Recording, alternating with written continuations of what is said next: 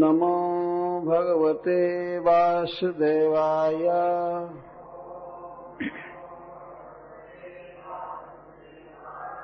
ॐ नमो भगवते वासुदेवाय।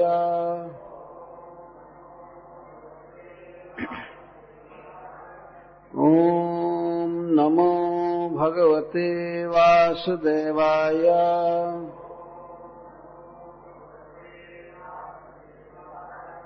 सूत जानासि भद्रं ते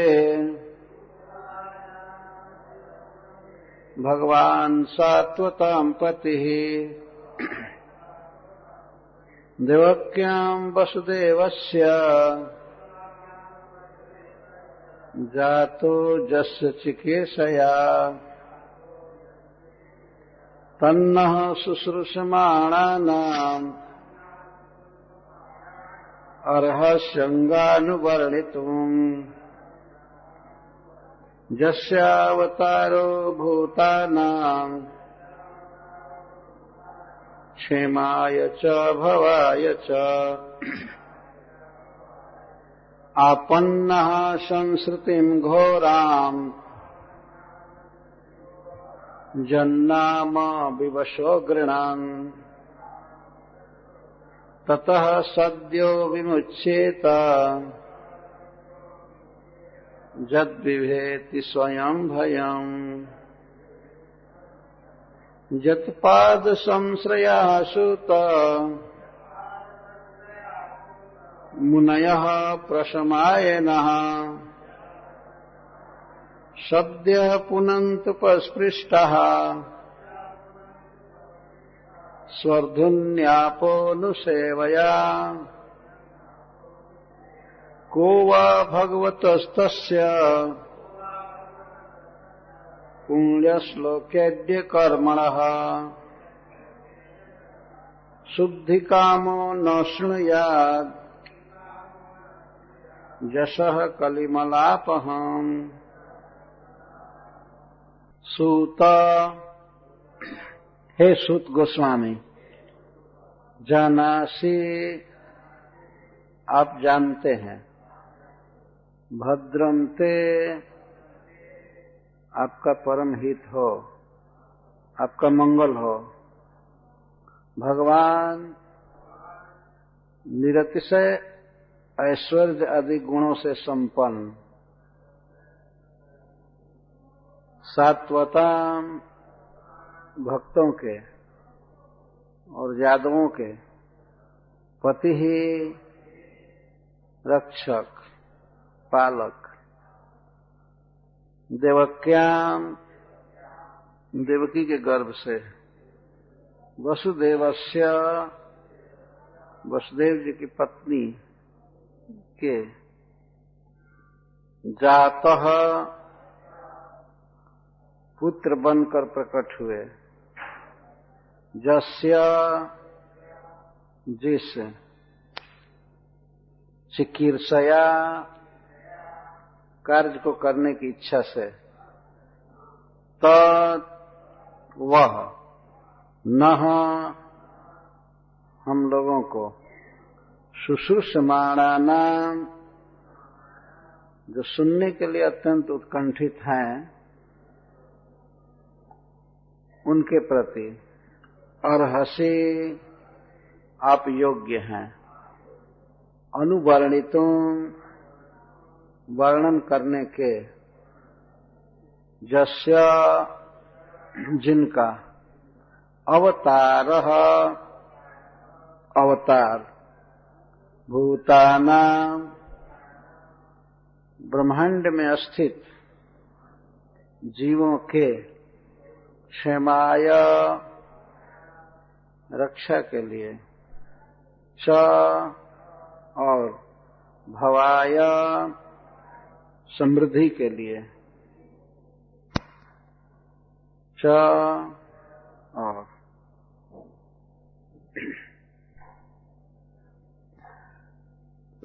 नैमिषारण्य के शौनक प्रधान ऋषियों का यह तीसरा प्रश्न है। वे कहते हैं, हे सूत गोस्वामी, भक्तों के पालक या जादव भक्तों के पालक निरतिशय ऐश्वर्य आदि गुणों से संपन्न भगवान श्री कृष्ण जिस कार्य को करने की इच्छा से वसुदेव जी की पत्नी देवकी के गर्भ से पुत्र के रूप में प्रकट हुए, उसको आप जानते हैं। उस चिकित्सा को, भगवान के उद्देश्य को आप जानते हैं, तो हम उसको सुनना चाहते हैं। भगवान श्री कृष्ण किस उद्देश्य से देवकी के गर्भ से जन्म लिए? देवकी यशोदा जी का भी नाम है, ये ध्यान में रखना चाहिए। और नंद बाबा वसुओं में सर्वश्रेष्ठ हैं। द्रोणो वसु नाम प्रवरो, वसुओं में सर्वश्रेष्ठ है, इसीलिए उनको वसुदेव कहते हैं। नंद बाबा को भी वसुदेव कहते हैं, और यशोदा का नाम तो देवकी था ही। तो यह प्रश्न है कि स्वयं भगवान किस उद्देश्य से, कौन सा कार्य करने के लिए देवकी वसुदेव और यशोदा और नंद के यहाँ आविर्भूत हुए, जन्म लिए, जातः जन्म लिए, किस लिए?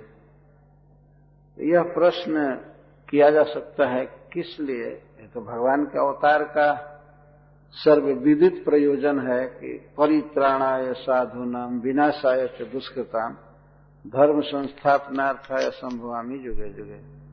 यदि मान लीजिए सूत गोस्वामी कहें कि भगवान के अवतार का यह सर्वविदित अभिप्राय,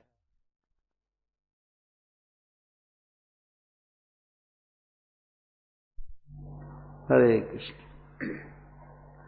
सभी लोग जानते हैं, और वे ऋषि लोग बैठे हैं, उनसे भी सूत जी कहते हैं, आप लोग भी जानते हैं, यस्यावतारो भूतानाम क्षमाय च भवाय च। तो ऋषिजन कहते हैं, हम जानते हैं कि भगवान श्री कृष्ण का जो अन्य अवतार है, जैसे मत्स्य, नृसिंह, वामन, रघुनाथ आदि अवतार,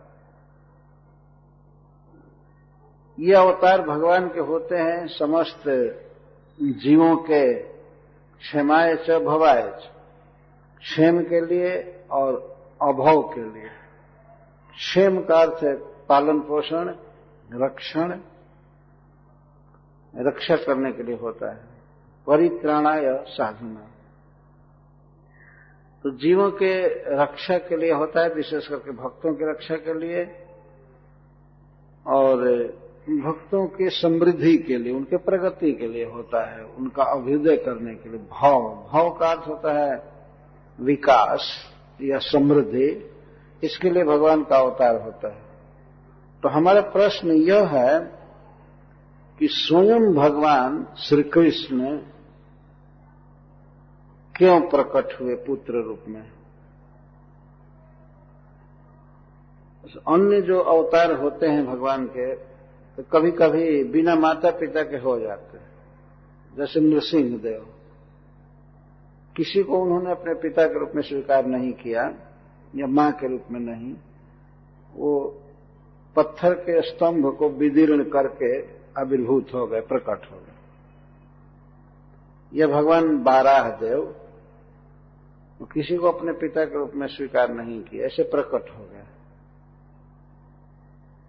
ब्रह्मा जी की नासिका से प्रकट हो गए।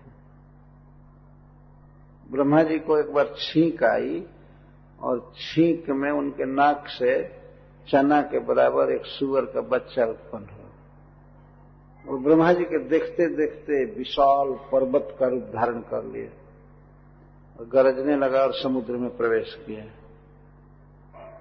इस अवतार में भगवान ने कोई माता पिता स्वीकार नहीं किया। भगवान कृष्ण के और अवतार हुए हैं जिसमें उन्होंने माता पिता स्वीकार किया है, परंतु उनकी लीलाओं को हम सुने हैं, उनका क्या उद्देश्य था। जैसे भगवान कपिल देव देवहूति को अपनी मां के रूप में स्वीकार किए और कर्दम जी को अपने पिता के रूप में। तो उस अवतार में भगवान ने ज्ञान दान दिया। जितने बड़े बड़े ऋषि मुनि हुए हैं उन सबको उन्होंने ज्ञान दिया, भक्ति दिया, और अपने मां को भी, देवहूति को भी। इसी प्रकार भगवान ऋषभदेव जड़चर्या दिखाने के लिए देह से परे होने पर क्या आचरण करना चाहिए, क्या परमहंसों का आचरण होता है, इसको सिखाने के लिए अवतार लिए। नृसिंहदेव प्रकट हुए प्रहलाद महाराज की रक्षा के लिए और हिरण्यकश्यप का वध करने के लिए। ठीक है, भगवान के अवतार तो होते ही, जस्यावतारो भूतानाम क्षमाय च भवाय च। भगवान के सभी अवतार जीवों के रक्षा के लिए और उनके अभ्युदय के लिए होता है। तो यहां प्रश्न कर रहे हैं कि स्वयं भगवान श्री कृष्ण क्यों प्रकट हुए, क्यों यशोदा का देवकी का पुत्र बने और वसुदेव नंद महाराज क्यों पुत्र बने। एक ही समय में भगवान श्री कृष्ण मथुरा में भी प्रकट हुए और गोकुल में भी प्रकट हुए, एक ही समय। वे यशोदा के गर्भ से भी प्रकट हुए और देवकी के गर्भ से भी प्रकट हुए। इसका शास्त्र प्रमाण है। नंदस्त्वात्मज उत्पन्न जाता हलादो महामना। श्री कृष्ण को श्रील सुखदेव गोस्वामी नंदात्मज कह रहे हैं, नंदात्मज। यदि केवल वसुदेव जी के पुत्र होते, वसुदेव जी के भारजा देवकी से जन्म लिए होते, तो उनको नंदात्मज कैसे कह सकते थे सुखदेव गोस्वामी। नंदस्य आत्मज, आत्मा का अर्थ देह भी होता है और आत्मा का अर्थ तो सोल, चित्त, कण होता ही है। तो आत्मज का अर्थ है देह से उत्पन्न। नंद महाराज के देह से उत्पन्न, उनके तन से उत्पन्न, कोई किसी के तन से उत्पन्न होता है, उसको तनय कहते हैं। तो नंद तनुज किंकरम पतितम माम विस्मय भवाम बुधव कृपया तव पाद पंकज स्थित धूलि सदृशम विचिंता। हे नंद महाराज के शरीर से उत्पन्न हे प्रभु, हे श्री कृष्ण, जैसे भी मैं इस संसार सागर में गिरा हूं, मुझे आप यहां से उठा करके अपने चरणों की धूल बना लीजिए, मतलब अपना सेवक बना लीजिए। भगवान चैतन्य महाप्रभु कहते हैं, आराध्यो भगवान ब्रजेश तनय। तो दोनों स्थान पर, गोकुल में और मथुरा में भगवान प्रकट हुए और शब्द ऐसे रखे गए हैं कि उसके द्वारा दोनों माता पिता का बोध होता है। देवकी और वसुदेव के यहां भगवान क्यों प्रकट हुए और यशोदा और नंद बाबा के यहां प्रकट क्यों, किस कारण से। बहुत महत्वपूर्ण प्रश्न है। और भगवान शब्द का अर्थ करते हुए श्रीपाद श्रीधर स्वामी लिखते हैं, निरतिशय ऐश्वर्य आदि गुण संपन्न। भगवान का अर्थ है जिसमें निरतिशय ऐश्वर्य आदि गुण हो। निरतिशय का अर्थ होता है जिससे बढ़ करके कोई नहीं है, उसके समान भी नहीं है। भगवान के समान ऐश्वर्य, सुंदरता, ज्ञान, बल आदि किसी में नहीं है, फिर बढ़ करके होने की तो बात ही क्या है। न तत्समश्चा भेदिक कुतोन्य। उपनिषद कहता है कि भगवान के समान तो कोई है ही नहीं किसी भी विषय में, फिर उनसे बढ़ करके कैसे हो सकता है। न तत्समः च अभ्यधिक कुतोन्य। अन्य कृष्ण के अतिरिक्त कोई भी ऐश्वर्य आदि गुणों में कृष्ण के समान नहीं है, कृष्ण से बढ़ करके कैसे हो सकता है। इसीलिए कृष्ण को कहा जाता है भगवान वास्तविक अर्थ में। और कभी कभी तो पूज्य अर्थ में भगवान शब्द का प्रयोग किया जाता है। किसी आदरणीय व्यक्ति के लिए भी भगवान शब्द का प्रयोग किया जाता है, पर यह वास्तविक अर्थ में ऋषिजन कह रहे हैं। तो यादवों के स्वामी, पालक या भक्तों के रक्षक और असमूर्ध्व ऐश्वर्य आदि गुणों से संपन्न भगवान कौन सा उद्देश्य सिद्ध करने के लिए, कौन सा कार्य करने के लिए अवतार लिए, हमको बताइए। भगवान की चिकित्सा भी बताइए और उनकी लीला भी बताइए, लीला भी कहिए। तन्नो शुश्रूषमाणानाम, हम सभी इसी बात को सुनने के इच्छुक हैं। हमारी इसमें बहुत श्रद्धा है, लालसा है, और आप इसके वर्णन के योग्य हैं। आप भगवान श्री कृष्ण के लीला रस के रसिक हैं, आप धन्य हैं, आपका मंगल हो। वैसे भगवत कथा में अविष्ट होने से आपका तो मंगल है ही, लेकिन भद्रम ते कह करके ऋषि लोग कह रहे हैं कि भगवान श्री कृष्ण की कथा यदि हम लोगों को आप सुनाएंगे, हमारा कल्याण करेंगे, तो आपका और अधिक से अधिक मंगल होगा। यह भाव है। तो बहुत संक्षेप में धन्यवाद दे रहे हैं। इसका भी एक रहस्य, भद्रम ते भद्रम तव भद्रम अस्तु, आपका भद्र हो, आपका कल्याण हो। इतनी सुंदर कथा कहने वाले सूत गोस्वामी के लिए केवल यह स्वागत किया जा रहा है, ते भद्रम, आपका मंगल हो, मंगल कामना करो। एक टीकाकार कहते हैं कि भगवान के गुणों के अतिरिक्त किसी के गुणों का वर्णन नहीं करना चाहिए, इसीलिए ऋषि लोग थोड़े में आशीर्वाद दे रहे हैं, मंगल कामना कर रहे हैं। तो एक श्लोक कोट करते हुए कहते हैं कि साहानि तन्महत् छिद्रम, साहानि तन्महत् छिद्रम समोहो सच विभ्रमः जन्मुहूर्तम क्षणं वापि वासुदेवम न चिंतयेत। कोई व्यक्ति के जीवन का सबसे दुर्भाग्यमय समय क्या होता है कि जिस क्षण वो भगवान श्री कृष्ण का स्मरण नहीं करता है, वासुदेव का चिंतन नहीं करता है, किसी और का करता है, जन्म मुहूर्तम क्षणम वापी, क्षण भर भी, तो यही सबसे बड़ी हानि है और यही सबसे बड़ा दोष है। सा हानि तन्महत् छिद्रम, यही सबसे बड़ा दोष है और हानि है, और यही सबसे बड़ा मोह है, अज्ञान है और भ्रम है। जन्म मुहूर्तम क्षणम वापी वासुदेवम न चिंतयेत।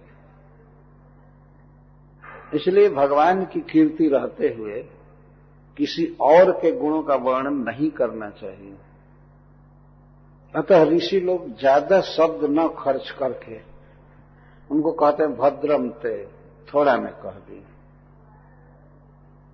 इस तरह का व्यवहार है संसार में, समाज में। जो वास्तविक वैदिक स्टैंडर्ड है इस प्रकार का है। भगवान का वर्णन करना चाहिए, भगवान का कीर्तन करना चाहिए। हम लोग भागवत में पढ़ते हैं, जब भगवान प्रकट हुए पृथु महाराज के रूप में, तो सूत, मागध और बंदी जन को भृगु आदि ऋषियों ने कहा कि आप लोग इनका गुण गाइए, भगवान का गुण गाइए। ये साक्षात विष्णु है, विष्णु की कला है, और इनके साथ राजा बेन के देह से प्रकट हुई यह स्त्री इनकी साक्षात अर्धांगिनी है, लक्ष्मी जी का अंश है। जब ही सूत, मागध और बंदीजन खड़े हुए भगवान का गुण गाने के लिए, तो उन्होंने रोक दिया। पृथु महाराज ने रोक दिया, बोलने के पहले सीधा रोक दिया, नहीं, आप लोग मेरे विषय में कुछ मत बोलिए।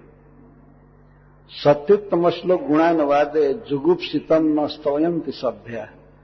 जो सभ्य होते हैं, संस्कृत होते हैं, वे कभी भी भगवान कृष्ण के गुणों के रहते हुए दूसरे का गुण नहीं गाते। जुगुप्सितम न स्तवयंति सभ्या। और जुगुप्सितम गुण होता है किसी में गुण का आरोप करके कोई किसी की प्रशंसा करता है कृष्ण के अलावा, तो यह वाणी का अपव्यय है वास्तव में। इसीलिए थोड़े में शुभकामना कर रहे हैं। एक टीकाकार ऐसे कहते हैं, वास्तव में इसके भीतर रहस्य। आधुनिक युग में लोग अपनी प्रशंसा घंटों घंटों सुना करते हैं, और कोई भागवत का कथाकार हो या कुछ हो, गुरु हो, तो बस अपनी प्रशंसा सुनो।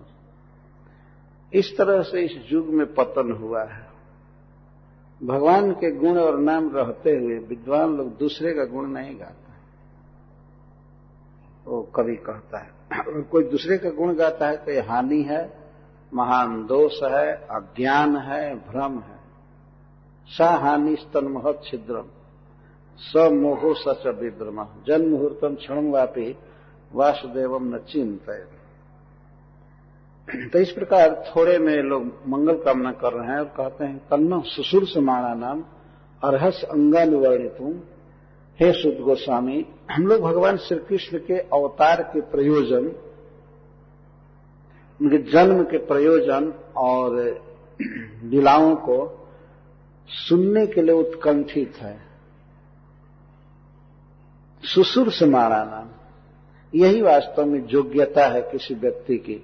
भगवान के लीला कथा को ग्रहण करने की यही योग्यता है। सुनने की इच्छा होनी चाहिए, और कोई दूसरा गुण इतना विचारणीय नहीं है। वह व्यक्ति पढ़ा लिखा है, नहीं पढ़ा लिखा है, या शास्त्र को जानता है, नहीं जानता है, या और भी गुण उसमें न हो, लेकिन सुनने की अगर इच्छा है तो यही सर्वोपरि गुण है। हम इसे सुनना चाहते हैं। सुसुर समाणा नाम न अस्माकम त्वम अनुवर्णितुम अर्हसि। आप वर्णन के योग्य, आप वर्णन के योग्य हैं। मतलब हे सुत गोस्वामी, हम मर रहे हैं, हम लालसा से दग्ध है आपकी कथा सुनने के लिए। आप हम ही नहीं सुनाएंगे क्या? आप निश्चित ही हम जैसे जिज्ञासुओं के सामने भगवत कथा को प्रकाशित करने के योग्य हैं। आप जरूर कहिए, अवश्य हमें सुनाइए। तो भगवान श्री कृष्ण स्वयं भगवान हैं, और उनमें और अन्य भगवत स्वरूपों में क्या अंतर है? भगवान चैतन्य महाप्रभु कहते हैं कि अन्य जो भगवत स्वरूप हैं, जैसे भगवान नारायण हैं या नृसिंह देव, वामन देव, भगवान के और भी अवतार जो हैं, वे स्वयं भगवान नहीं हैं। स्वयं भगवान में और भगवान में अंतर होता है। स्वयं भगवान का अर्थ है कि जिनकी भगवत्ता अन्य निरपेक्ष है, किसी पर आधारित नहीं है, स्वयं सिद्ध जिसकी भगवत्ता है, उसको स्वयं भगवान कहते हैं। लेकिन अन्य जितने भी भगवत स्वरूप हैं वास्तव में भगवान हैं, पर उन सबकी भगवत्ता, उनका ऐश्वर्य जो कुछ भी है, वो भगवान श्री कृष्ण पर निर्भर है। ये मूल है सबके। स्वयं भगवान का यही अर्थ। अन्य में जो भी सौंदर्य है, जो भी ऐश्वर्य है, ज्ञान है, जो कुछ भी है, सब स्वयं भगवान पर आश्रित है। और स्वयं भगवान की भगवत्ता अन्य किसी पर आश्रित नहीं है, वे निरपेक्ष है, और उनके समान कोई दूसरा नहीं है। ये स्वयं भगवान का ये अर्थ हुआ। तो ऋषि लोग स्वयं भगवान क्यों अवतार लिए, इसको सुनना चाहते हैं। और अवतार लेकर क्या क्या किए? सूत जानासी भद्रम ते। दो प्रश्न पूछने के बाद तुरंत ये लोग उत्तर न सुन करके कहते हैं कि हे सुत गोस्वामी, आप जानते हैं कि स्वयं भगवान श्री कृष्ण गोलोक से या वैकुंठ से क्या करने के लिए जन्म लिए देवकी वसुदेव के यहाँ। इसका अर्थ यह है कि जो दो प्रश्न किए गए उसका उत्तर भी श्री कृष्ण ही है। तन्ना सुसुर से माराना, हम इसको सुनना चाहते हैं। और दो प्रश्न जो पूछे गए इनका पर्यवसान इसी में है, कृष्ण ही एकांतिक श्रेय है, कृष्ण की भक्ति ही एकांतिक श्रेय है और श्री कृष्ण ही शास्त्रों की सारभूत वस्तु, इतना सिद्ध हुआ। अन्यथा अकस्मात क्यों ये प्रश्न करेंगे, पहले सुन लेते उत्तर तब दूसरा प्रश्न पूछते। वास्तव में सारे प्रश्न भगवान श्री कृष्ण पर है, सारे प्रश्न भगवान श्री कृष्ण पर है और इन सबका उत्तर है श्रीमद् भागवतम। इसीलिए सूत गोस्वामी इन 6 प्रश्नों को सुनकर भागवत कहना चालू किए। भागवत में अपने आप सबका उत्तर आ जाएगा। तो सूत जाना से भद्रम थे, इसका उत्तर 10वें स्कंध में है। तो स्वयं भगवान का अर्थ पहले समझना चाहिए, तब इस प्रश्न को समझ सकते हैं। स्वयं भगवान श्री कृष्ण बहुत कम इस जगत में आते हैं। ब्रह्मार एक दिन से हो एक बार, इसे चैतन्य चैतन्य में कहा गया, ब्रह्मा जी के एक दिन में केवल एक बार अवतार होता है स्वयं भगवान का। जैसे इस द्वापर के अंत में हुआ था, शंभु वैवस्वत मनवंतर के 28वें चतुर्युगी में जो द्वापर पड़ता है, इसमें भगवान का अवतार होता है। ब्रह्मा जी के एक दिन में 14 मनु बदलते हैं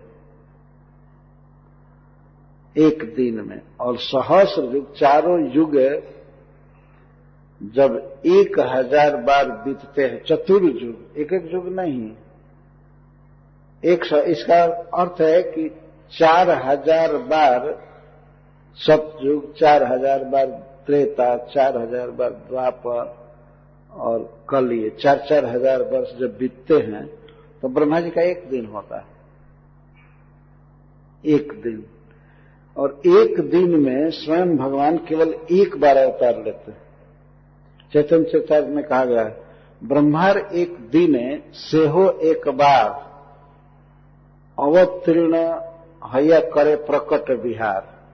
इस ब्रह्मांड में स्वयं भगवान एक बार आते हैं और उनके अन्य अवतार तो एक एक युग में भी कई बार आते रहते हैं। भगवान के अवतार से गुणावतार, युगावतार, मनवंतरावतार आदि बहुत अवतार होते रहते हैं।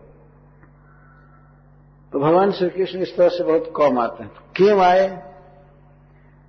देवकी वसुदेव या यशोदा नंद महाराज का पुत्र क्यों बने, किस उद्देश्य से, क्या चिकित्सा थी भगवान की? चिकित्सा का अर्थ होता है प्राप्त करने की इच्छा। किस अभिलाषा से, किस उद्देश्य से वे इस प्रकार का अवतार लिए, नंद यशोदा का पुत्र बने? इसका उत्तर चैतन्य चरितामृत में दिया गया है। इसके 2 कारण हैं। एक कारण तो यह है कि भगवान रसिक शेखर हैं। रसिक, वे चाहते हैं सब प्रकार के रस व चित्री का वे आस्वादन करते हैं।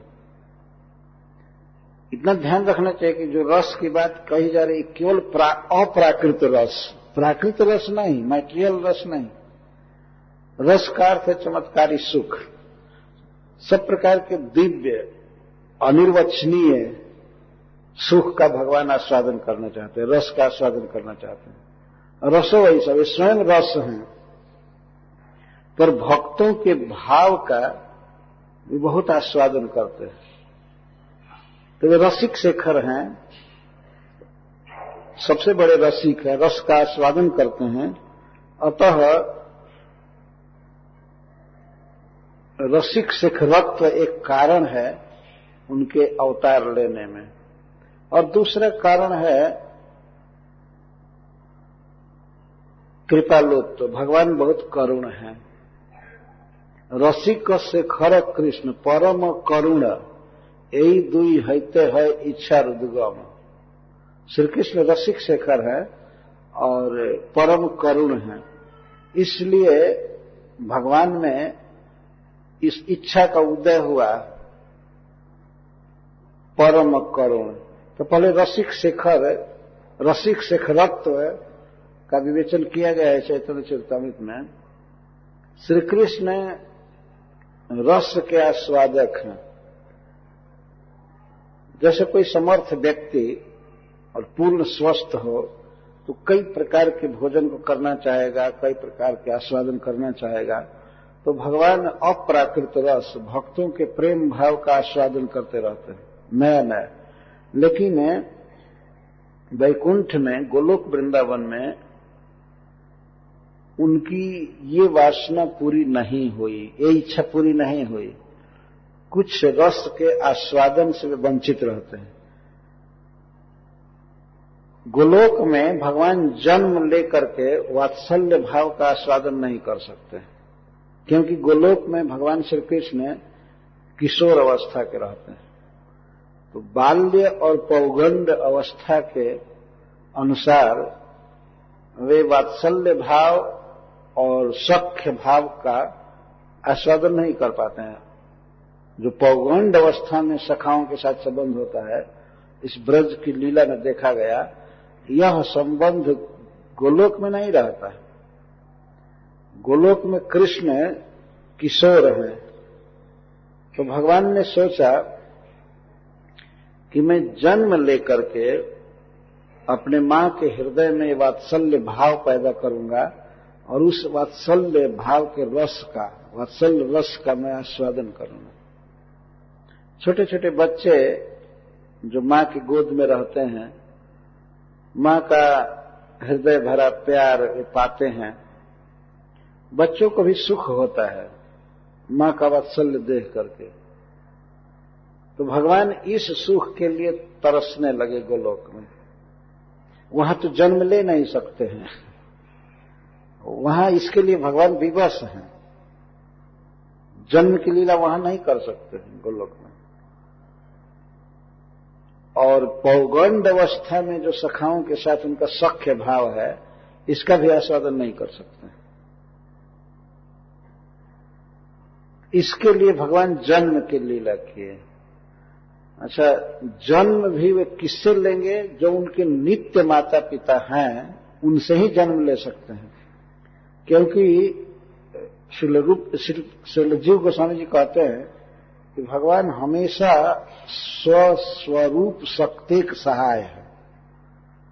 स्वस्वरूप शक्तिक सहाय का अर्थ ये है कि भगवान का जो डीलिंग है, व्यवहार है अपनी अंतरंगा शक्ति के साथ, उनके स्वरूप भूत शक्तियां जो हैं, जैसे उनके माता पिता हैं नित्य, उन्हीं से वे जन्म ले सकते हैं, दूसरे से नहीं। जो नित्य माता पिता हैं और उनके अतिरिक्त दूसरे से वे जन्म नहीं ले सकते।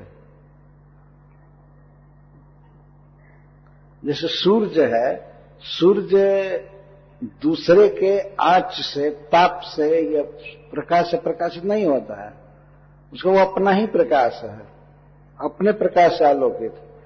तो भगवान की स्वरूप शक्ति गोलोक वृंदावन में, वैकुंठ में रहती है।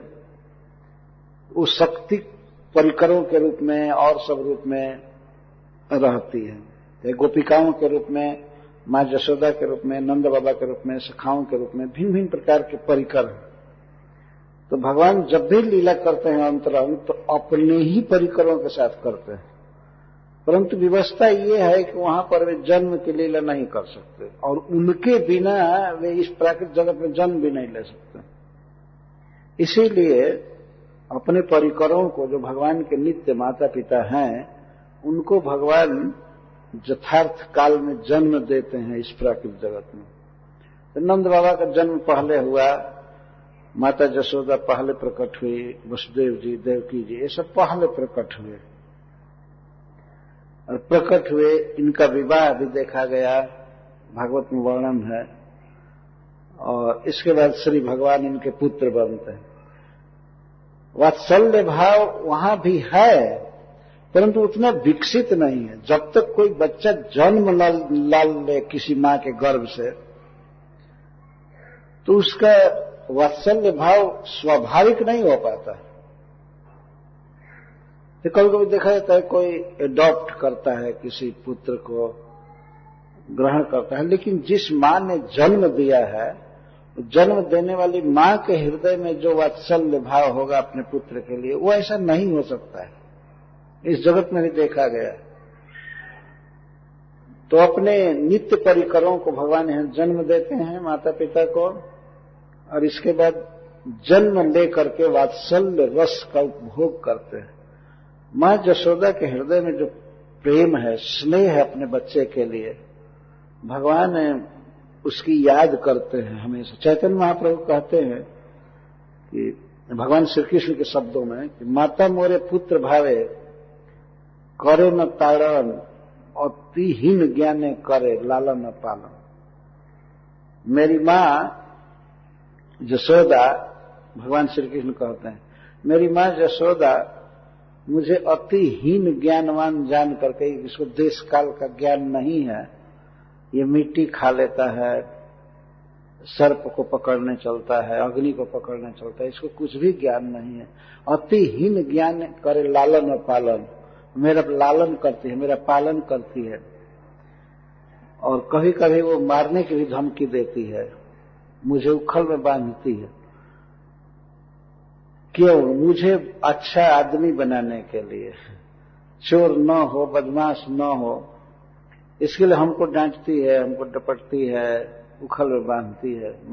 माता मोरे पुत्र भावे करे न बंधन अतिहीन ज्ञाने करे लालन न पालन।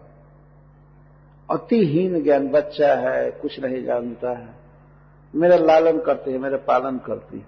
बताइए, एक तरफ एक भाव है, ओम जय जगदीश हरे, हे जगत के ईश्वर, हे जगन्नाथ जी आपकी जय हो, हम पर कृपा कीजिए, हमारा दुख मिटाइए। और कहते हुए जो कोई ध्यावे शरण में आवे उसका संकट दूर करे, और सुख संपत्ति घर आवे कष्ट मिटे तन का, दुनिया का सारा सुख हमारे घर में आ जाए, यही भगवान से प्रार्थना है, यही प्रेम है। ये प्रेम थोड़े है भगवान के प्रति, केवल मांगो मांगो भिखमंगा बन करके। वो तो दानी तो है ही, सबका दुख मिटाते हैं, इसमें संदेह नहीं है, लेकिन भगवान सोचे कि कोई ऐसा व्यक्ति हो जो मेरा पालन करे, मुझे डांटे, मुझे बांधे, मुझे इस तरह का हृदय भरा प्यार दे। केवल अगर भगवान को कोई पिता मानता है तो भगवान को पिता मानेगा तो हमेशा लेना चाहेगा पिताजी से। जब जब भेंट होगी तो पॉकेट में हाथ लगा देगा, मेरे पिताजी कुछ लाए, बाजार से भी आए तो कुछ देंगे, इधर से आए तो कुछ देंगे। वैसे ही जगन्नाथ जी से हमेशा मांगना मांगना मांगना। अरे इनको अपना बेटा बना करके और हृदय का प्यार दे, जब हो तब इनको दे, इनको दे, इनको दे, इसको शुद्ध प्रेम कहते हैं। तो भगवान इस रस को भोगने के लिए तड़प गए, तरस गए गोलोक में। सब तो ऐश्वर्य भाव से भावित हैं, हमको ईश्वर समझते हैं, स्वामी समझते हैं, और इस भाव से शरण लेते हैं। लेकिन क्या कोई ऐसा व्यक्ति है जो मुझे खिलावे, मुझे पिलावे, मेरे हित की चिंता करे, और मैं रुष्ट हो जाऊं तो मनावे? छोटे छोटे बच्चे जो रुस जाते हैं तो मां से सीधा कहते नहीं खाएंगे, नहीं नहाएंगे। उनमें भी ये प्रीति का प्रतिदान देखा जाता है। मां उठाती है, ठीक है गलती हो गई, ध्यान नहीं दिया, चलो चलो नहा लो, खा लो, ना, ऐसे बच्चे करते हैं। यह भाव बच्चों का मां के हृदय में सुख उत्पन्न करता है। बच्चा हमारे साथ आत्मीयता रखा है, वो अपना समझ रहा है। तो जब प्राकृत जगत में प्राकृत मां के द्वारा इस प्रकार के पुत्र स्नेह में व्यवहार से पुत्र सुख का अनुभव करता है, मां भी सुख का अनुभव करती है, तो भगवान यदि इस सुख की आकांक्षा करें तो बिल्कुल स्वाभाविक। सब रस के भोगता है, तो वात्सल्य रस को भी भोगना चाहते थे, वो रसिक शेखर। इसीलिए भगवान जन्म लिए। जन्म के बिना वात्सल्य भाव का पोषण नहीं होता है, इसीलिए जन्म लिए। सूत जी से पूछा गया है कि सूत जानासि भद्रम ते भगवान सात्वताम पति देवक्याम वसुदेवस्य जातो जस्य चिकीर्षया। इसका उत्तर चैतन्य चरितामृत में दिया गया है। पूरे भागवतम में इसका उत्तर है, विशेष करके 10वें स्कंध में। तो भगवान ने अपने माता पिता के वात्सल्य रस को, वात्सल्य सुख को भोगने के लिए जन्म लिए। जब जन्म लिए तो उसके बाद बाल्य अवस्था, शिशु अवस्था और पौगंड अवस्था आएगी। लेकिन अगर जन्म नहीं लेंगे तो कैसे शिशु अवस्था और पौगंड अवस्था आएगी? 1 से 5 वर्ष की अवस्था को कुमार अवस्था कहते हैं, शैशव, और 5 से 10 वर्ष की अवस्था को पौगंड कहते हैं। तो पौगंड अवस्था का सुख भोगा सखाओं ने, और सखाओं के प्रेम व्यवहार को, उनके भाव को, सख्य रस को भगवान भोगे। इसके लिए अवतार लिए, जन्म लिए। सखा शुद्ध सख्य करे स्कंधे आरोहण, तुम्ही कौन बड़ लोग तुम्ही हमें सम। छोटे छोटे बच्चे खेलते रहते हैं, तो अपने नित्य सखाओं के साथ भगवान पौगंड अवस्था में होकर कर उनको भी जन्म दे करके सेम उम्र का हो करके उनके साथ सख्य रस का आस्वादन करते। और दूसरा रसिक शिखरत्व तो है भगवान का कि गोलोक वृंदावन में, गोलोक में भगवान की प्रियाएं स्वकीय भाव विशिष्ट हैं। 2 प्रकार का कांता रस है। स्त्री के साथ संबंध 2 प्रकार का होता है। संस्कृत साहित्य में इसको स्वकीय भाव और परकीय भाव कहते हैं। स्वकीय भाव उनमें होता है जो किसी पुरुष के द्वारा विवाहिता होती है। समाज में वेद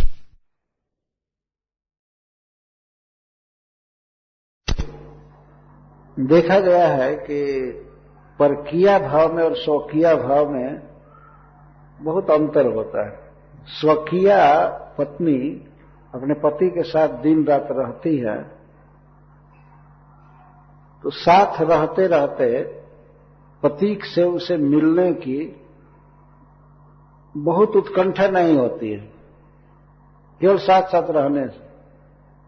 और परकीय में उत्कंठा रहती है, चूंकि वह विवाह का संबंध नहीं होता है, सामाजिक नहीं होता है। कोई स्त्री मिलना चाहती है किसी अपने प्रेमी से और प्रेमी अपनी प्रेमिका से मिलना चाहता है, तो समाज में बाधा विघ्न होता है, वो नहीं मिल सकते हैं। नहीं मिल पाते हैं, इसलिए मिलने की लालसा और बढ़ती है, और बढ़ती है। तो अप्राकृत जगत में भगवान ने विचार किया कि अपनी ही स्वकीय प्रियाओं को, वहां स्वकीय परकीय का भेद नहीं, शब्द नहीं लगा सकते हैं, लेकिन अपनी ही नित्य प्रियाओं को भगवान ने अपनी योग माया से ऐसा किया कि उन्हें इस प्राकृतिक जगत में जन्म दिया और स्वयं दूसरी जगह प्रकट हुए।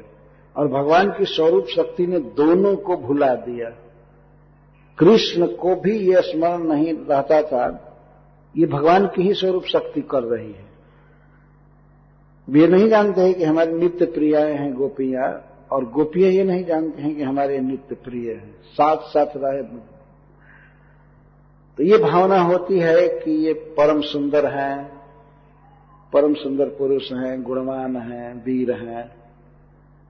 तो उनके सौंदर्य से, उनके बांसुरी के गान से, उनके नुपुर की ध्वनि से, मंद मुस्कान से, उनकी लीलाओं से गोपियों में पूर्व राग का उदय होता है। पूर्व राग का अर्थ होता है प्रथम बार अटैचमेंट होता है देख करके, चाहे पनघट पर या गोवर्धन जी के दान घाटी में देख करके, या पुष्प चुनते समय, किसी तरह से भगवान गोपियों को देखते हैं तो उनके हृदय में अपनी ही स्वरूप भूता, अपनी नित्य प्रियाओं के प्रति प्रेम लालसा जगती है।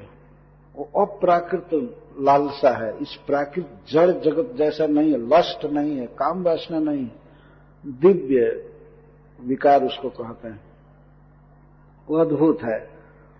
तो भगवान में गोपियों के प्रति आकर्षण उत्पन्न होता है और गोपियों के हृदय में भगवान के प्रति, दोनों से मिलना चाहते हैं, लेकिन समाज में बाधा विघ्न संकुल, बाधा विघ्न से भरा हुआ। मिलना तो दूर रहा, कृष्ण का नाम तक नहीं बोल सकती। यदि वो बोले तो उधर सास डांटती है, ननद डांटती है, कुल के बड़े बड़े लोग डांटते हैं, कुल का नाम बदनाम करेगी, ये करेगी। परंतु भगवान के प्रति ऐसा गाढ़ अनुराग होता है कि मिलने की लालसा बढ़ती जाती है और श्री कृष्ण में भी यही लालसा बढ़ती है।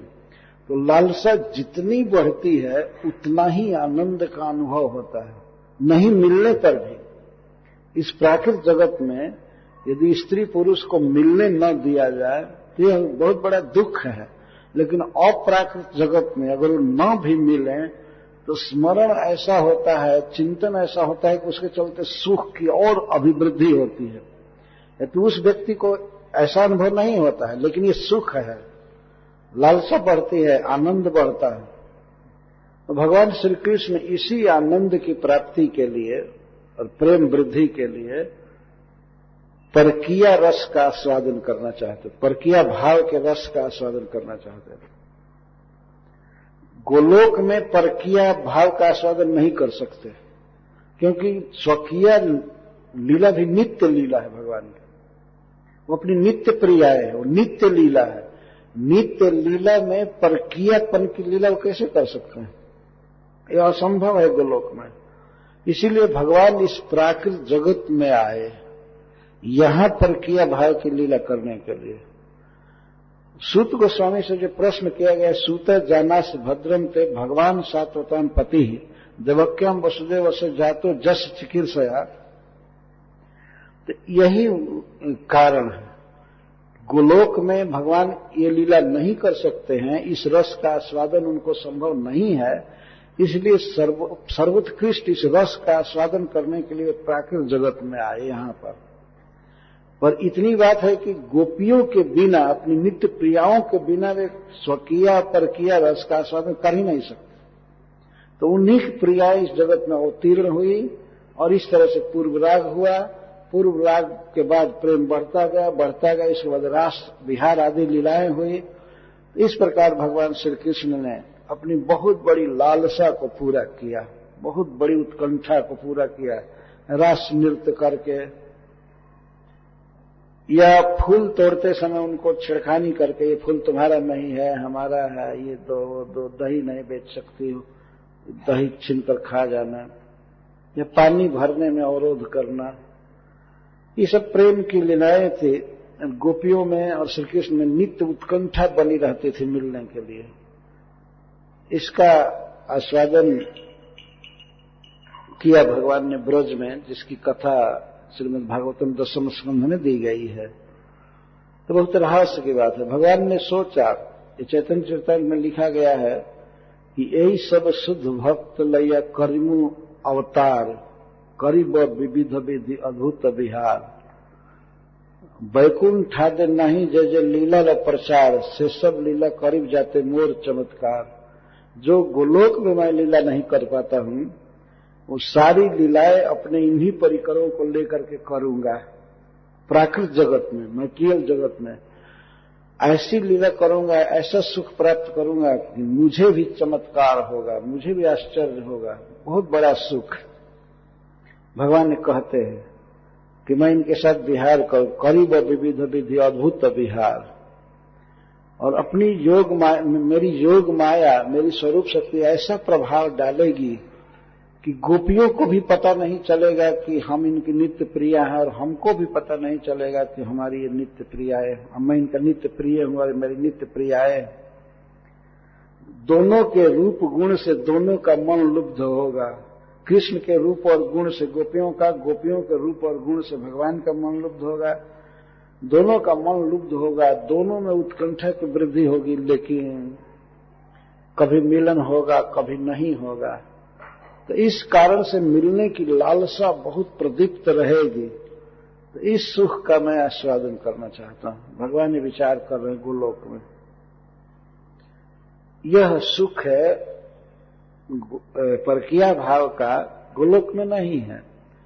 ध्यान रखना चाहिए कि कोई श्री कृष्ण की परकीया नहीं है, परकीया भाव भर है जो जोग माया ने उत्पन्न किया है। वही भगवान की शक्ति, स्वरूप शक्ति परकीया भाव है, कोई कृष्ण की परकीया नहीं है। भाव परकीया होने में और परकीया होने में बहुत अंतर है। भाई जी श्री हनुमान प्रसाद पोद्दार कहते हैं कि परकीया होने में और परकीया भाव में बहुत अंतर है। देखने में कोई एक जैसी चीज लगे तो ये नहीं समझ लेना चाहिए कि दोनों एक समान है। जैसे इस जगत का जो परकीया भाव है, परकीयापना, वो अप्राकृत जगत का जो परकीया भाव है, दोनों में बहुत अंतर है। जैसे कहते हैं आसमान और जमीन का अंतर है। ये तो बहुत ज्यादा अंतर नहीं हुआ, ये बहुत अधिक अंतर है परकीया होने में इस जगत के और परकीया भाव में गोलोक के, वैकुंठ के, अपराकृत जगत के। तो उदाहरण देते हैं कि जैसे मिश्री है और फिटिकरी। फिटिकरी भी देखने में मिश्री जैसे लगती है, लेकिन मान लीजिए कोई मेहमान आवे आपके घर और मिश्री के बदले उसको फिटिकरी दे दीजिए पानी पीने के लिए, तो क्या करेगा? तो आय करके थूकेगा ना। देखने में दोनों एक लग रहा है। इस जगत का जो परकीया भाव है नरक का द्वार है, सबसे कंडम, सबसे पापी चीज है वो। लेकिन अपराकृत जगत का जो परकीया भाव है वह सबसे श्रेष्ठ है। इसलिए चैतन्य महाप्रभु ने उसकी भूरी भूरी प्रशंसा की है। रम्या काचित उपासना ब्रज बधू वर्गेण या कल्पिता। जो ब्रज बधुओं ने भगवान से प्रेम किया है वो सबसे रमणीय है, सबसे श्रेष्ठ है। उद्धव जी गोपियों के चरण की वंदना करते हैं, ब्रह्मा जी चरण की वंदना करते हैं। उद्धव जी तो यहां तक कहते हैं वंदे नंद ब्रजस्त्रीणाम पाद रेणु भीक्षण स जासम हरि कथोद्गीतम पुनाति भुवनत्रयम्। नंद बाबा के ब्रज में रहने वाली स्त्रियों के चरण रज की मैं वंदना करता हूं, जिनके मुख से गाया हुआ कृष्ण का प्रेम गीत आज भी जगत के सभी जीवों को पावन कर रहा है।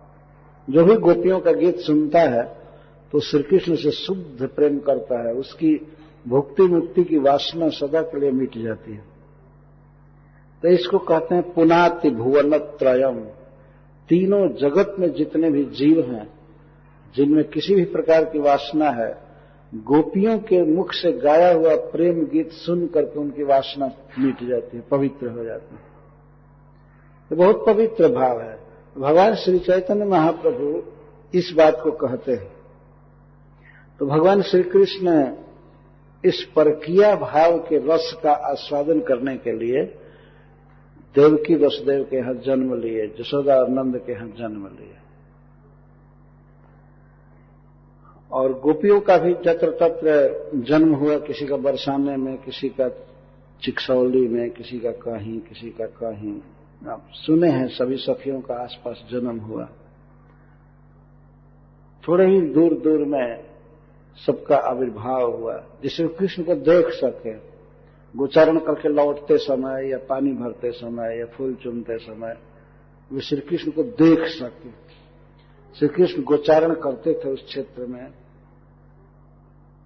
देख करके इस तरह से प्रेम भाव का उदय हुआ। मिलने में बाधा होती थी और ये बाधा ही और अधिक मिलनोत्कंठा पैदा करती थी, और जितनी मिलनोत्कंठा होती थी मिलने के बाद उतना ही सुख होता था, आनंद होता था। इस आनंद को, इस सुख को पाने के लिए भगवान अवतार लिए, स्वयं भगवान आए इस जगत में।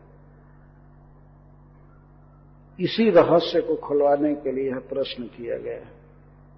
जैसे अवतारो भूतानम क्षमाय च भवाय च। अगर ये कोई कहे कि भगवान श्री कृष्ण आए भक्तों की रक्षा के लिए या असुर संहार के लिए, पृथ्वी का भार दूर करने के लिए नहीं। ये सब तो नृसिंहदेव, भगवान मत्स्य या वामन भगवान, कल्कि भगवान, बुद्ध भगवान, ये सब कर ही देते। स्वयं भगवान आए, इसके पीछे उनका स्वाभिमुख अभिप्राय ये था, वो स्वयं रस के लोलुप बन करके आए। यह है श्री कृष्ण का रसिक शिखरत्व। उनमें स्वयं रस की वासना है, सुख की वासना है। अतः वात्सल्य रस, सख्य रस और माधुर्य रस, मधुर भाव, परकिया रस भाव के रस के आस्वादन की कामना से वे आए और उन्होंने पूरा किया अपनी इच्छा को। और दूसरा कारण है श्री कृष्ण के इस जगत में आने का, उनका परम करुणत्व, करुण है। श्री कृष्ण परम ईश्वर हैं, तो ईश्वर में करुणा, कृपा एक बहुत बड़ा गुण है। भगवान ने सोचा कि मैं इस प्रकार गोलोक में विहार कर रहा हूं, अपने परिकरों के साथ नित्य आनंद ले रहा हूं, बहुत बड़ा आनंद है, परंतु इन ब्रज परिकरों के साथ, गोलोक वृंदावन में रहने वाले इन अपने भक्तों के साथ मैं ये सब लीलाएं जो यहां कर रहा हूं, इन लीलाओं को और कांता भाव के रस आस्वादन को, सख्य रस को और वात्सल्य रस को मैं प्राकृत जगत में जीवों को दिखाऊंगा, विशेष करके अपने भक्तों को। भगवान की करुणा देखिए। सुखदेव गोस्वामी कहते हैं कि अनुग्रहाय भक्तानाम मानुषीम देहमाश्रित भजते तादृशी क्रीड़ा या श्रुत्वा तत्परो भवे। रासलीला प्रसंग में सुखदेव गोस्वामी कहते हैं कि भक्तों पर कृपा करने के लिए या जीवों पर कृपा करने के लिए भगवान अपना नित्य सिद्ध मनुष्य विग्रह प्रकट किए, निराकार विग्रह प्रकट किए और भजते तादृशी क्रीड़ा, ऐसी क्रीड़ा करते हैं, ऐसा विहार करते हैं, यह श्रुत्वा तत्परो भवे, जिन लीलाओं को भगवान के चरित्र को सुनकर सुनने वाला तत्पर हो जाए। तत्पर का अर्थ है वह उसी प्रकार से कृष्ण के साथ बनना चाहेगा। वह गोपियों के समान भगवान से प्रेम करेगा, सखाओं के समान, मां जशोदा आदि के समान। तत्परो भरत का अर्थ ये, अथवा कृष्ण परायण होगा, वो कृष्ण से प्रेम करेगा, कृष्ण की लीलाओं से प्रेम करेगा, ये अर्थ है। भगवान श्री कृष्ण इस जगत में जो लीला की है, दिखाने के लिए कि देखो मां जशोदा किस तरह से हमसे प्रेम करती है। तो हमारे भक्त जो हमारी सामान्य भक्ति करते हैं वे सीखेंगे मां जशोदा से। और इसको श्री कृष्णदास कविराज गोस्वामी कहते हैं राग मार्ग का प्रवर्तन। दो प्रकार की भक्ति होती है, एक विधि भक्ति, एक राग भक्ति। तो राग का अर्थ होता है, विधि का अर्थ होता है शास्त्र का आदेश। शास्त्र आदेश करता है, तस्मात् भारत सर्वात्मा भगवान ईश्वरो हरि श्रोतव्य कीर्तव्य स्मर्तव्य चक्षता भयम। शास्त्र कहता है, जैसे श्रीमद् भागवतम कह रहा है, सुखदेव गोस्वामी कह रहे हैं कि इसलिए भगवान हरि का ही सब समय स्मरण करना चाहिए, उनका जप करना चाहिए, कीर्तन करना चाहिए और श्रवण करना चाहिए। तो शास्त्र के आदेश को पा करके कि कोई यदि भगवान का भजन नहीं करता है तो उसका कल्याण नहीं है, भगवान ही परम लाभ है, ये सुन करके यदि कोई कृष्ण की भक्ति करता है तो इसको विधि भक्ति कहते हैं, वैधि भक्ति इसको कहते हैं। इसमें हृदय का राग कारण नहीं है कृष्ण से प्रेम करने में, विधि कारण। नहीं करेंगे तो नरक में गिरेंगे, या करेंगे तो ये लाभ होगा, हम मुक्त हो जाएंगे, या उनका धाम प्राप्त करेंगे, ये करेंगे, वो करेंगे। इसके अतिरिक्त है राग भक्ति। राग का अर्थ है हृदय का अनुराग, आसक्ति। भगवान श्री कृष्ण की लीला को सुन करके उनके गुण, भक्तवात्सल्य आदि या अनेक प्रकार के गुण जैसे बांसुरी वादन आदि, और उनका रूप, गुण, रूप, लीला, चरित्र आदि को सुन करके जो उनके चरणों में लोभ उत्पन्न हो जाता है, राग होता है ब्रजवासियों के राग के अनुसार, उनके भाव का अनुगमन करता है कि मैं भी सखाओं जैसा होकर कृष्ण की सेवा करूं, उन सखाओं का दास बनूं, मैं जसोदा की दासी बनूं, गोपियों के चरणों का धूली बनकर उनकी दासी की दासी बन करके मैं श्री कृष्ण को पा जाऊं, उनकी सेवा करूं। इस लालसा से जब भजन किया जाता है तो इसको राग मार्ग कहते हैं। राग मार्ग भजे जिन छाड़ी धर्म कर, ऐसा भगवान कहते हैं। मैं ऐसी लीला करूंगा, इतनी आकर्षण में लीला कि हमारे भक्तों के, हमारे परिकरों के राग को सुन करके, उनके अटैचमेंट को सुन करके सुनने वाला मेरा भक्त विधि आदि छोड़ करके, धर्म कर्म सब छोड़ करके राग मार्ग से मेरा भजन करेगा। इसको रागानुगा भक्ति कहते हैं। ये भगवान का उद्देश्य था। अपने परिकरों को लेकर के आए, जगह जगह जन्म दिए और स्वयं भी जन्म लिए। देख किस तरह से श्री गोपियां धर्म कर्म कुल धर्म देह धर्म वेद धर्म सब छोड़ करके कृष्ण से प्रेम करती। गोलोक में ही वे रह जाते तो कैसे जीवों को या यहाँ के भक्तों को पता लगता कि भगवान कृष्ण से इतना उत्कृष्ट प्रेम किया जाता है। अगर वे यहां नहीं प्रस्तुत करें तो कोई कैसे जानेगा। इसलिए भगवान श्री कृष्ण के इस जगत में अवतार के दो मुख्य कारण हैं। एक उनकी रसिक शिखरता और दूसरा उनका कृपालु होना। स्वयं रस का आस्वादन करना चाहते थे, वात्सल्य रस, सख्य रस और माधुर्य रस, माधुर्य में भी परकीय भाव का रस। इसके साथ इन रसों को, इन भावों को जगत के जीवों को, भक्तों को सिखाना चाहते थे। ये उनकी करुणा थी।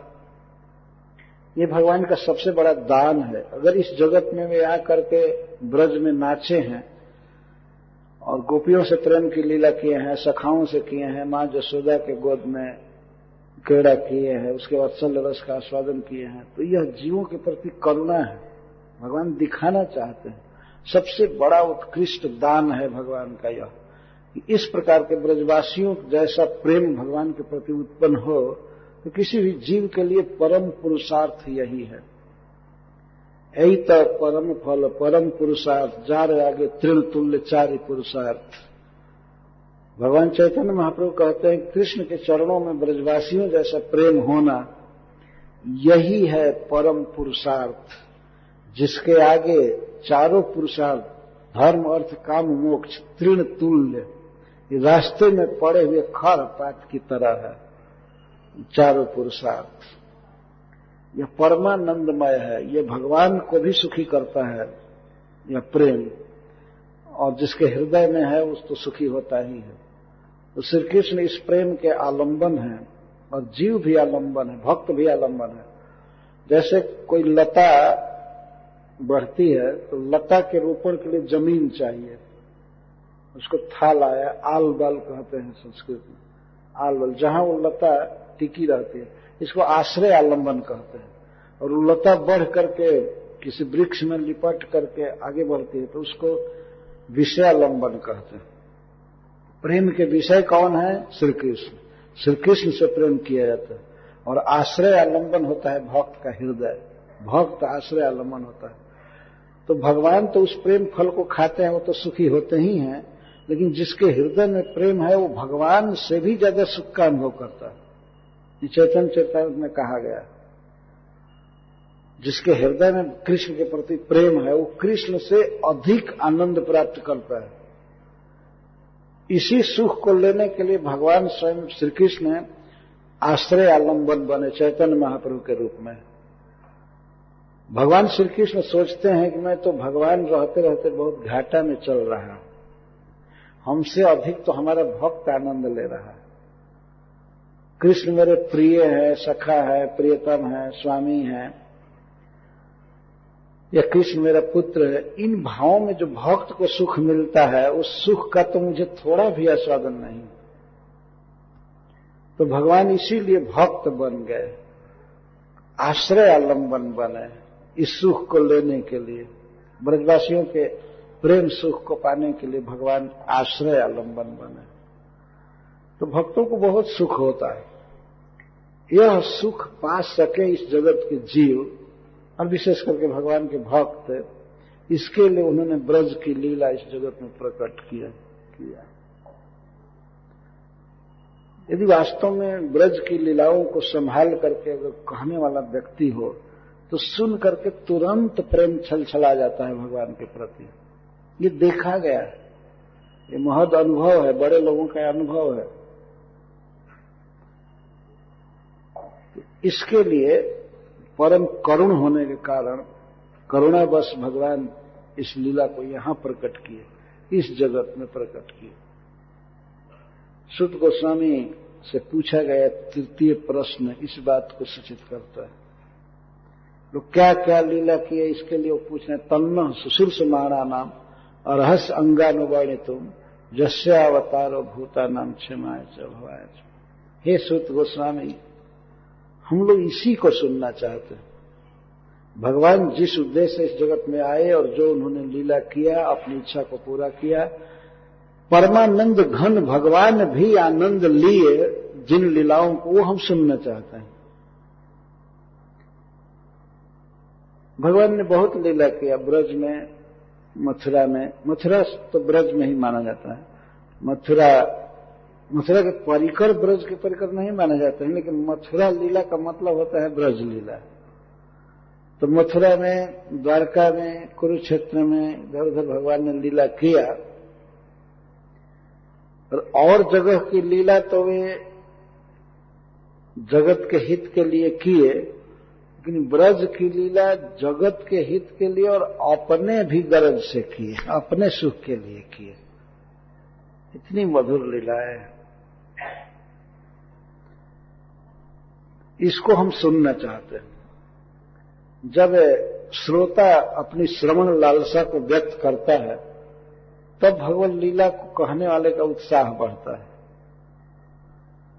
तो सुत गोस्वामी इन प्रश्नों से बहुत अनुप्राणित हुए हैं, बहुत उन्हें आनंद आया है और एक धारावाहिक रूप से श्रीमद् भागवतम सुनाना प्रारंभ किए।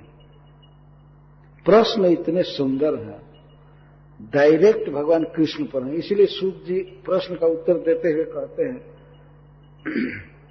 भगवान वेदव्यास देव कहते हैं, इति संप्रश्न संघृष्ट विप्राणम रोम हर्षणी प्रतिपूज्य वचस्त संप्रवक्तुम उपचक्रम। तो गुरु वंदना करके और इष्ट वंदना करके सूत गोस्वामी कहते हैं, मुनय साधु पृष्ठो हम, मुनय साधु पृष्ठो हम। और कैसे जत्कृत कृष्ण संप्रश्न, मेरा यहां से तात्पर्य है।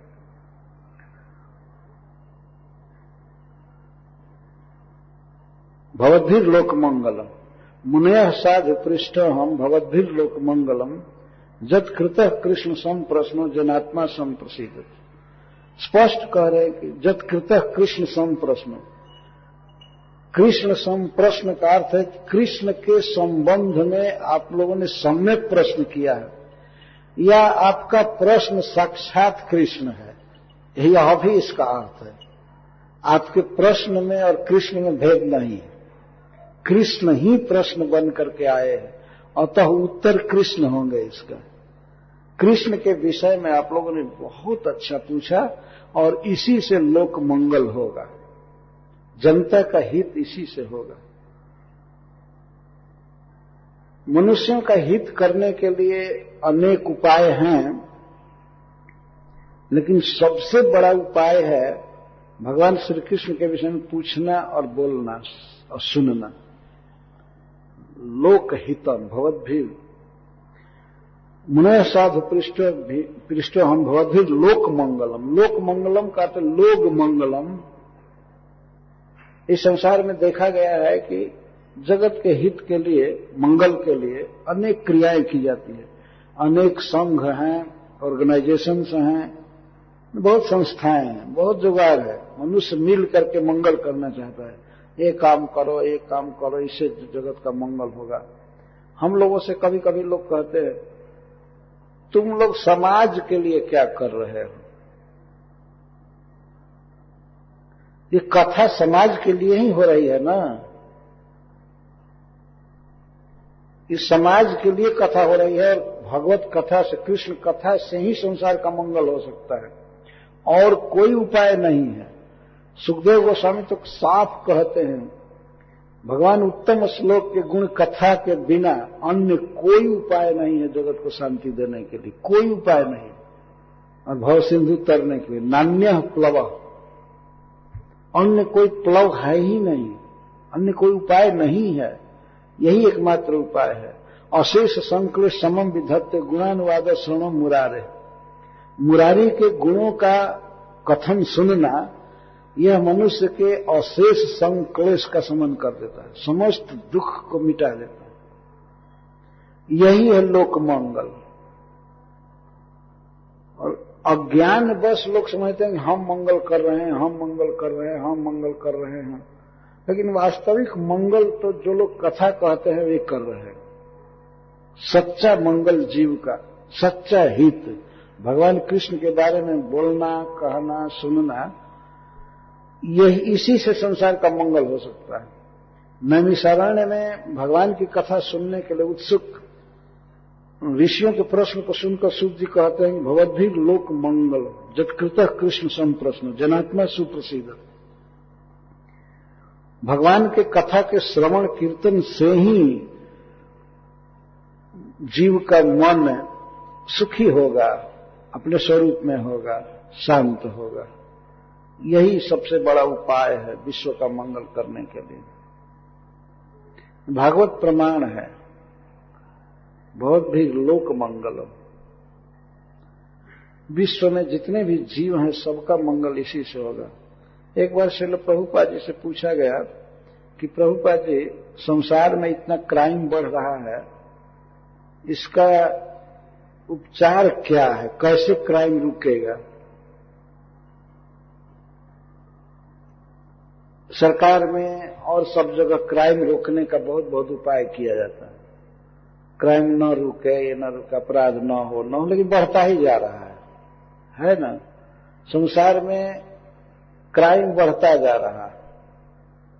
अभी तो कुछ ही वर्ष के भीतर ये आतंकवादी शब्द कहां से आ गया ये सब नया नया, जैसे नई नई घास उत्पन्न होती है इस संसार में देखा गया, जैसे बेशर्म, बेहाया, ये विलायती बबूल, केवल कांटे होते हैं, फल फूल नहीं लगता है कुछ।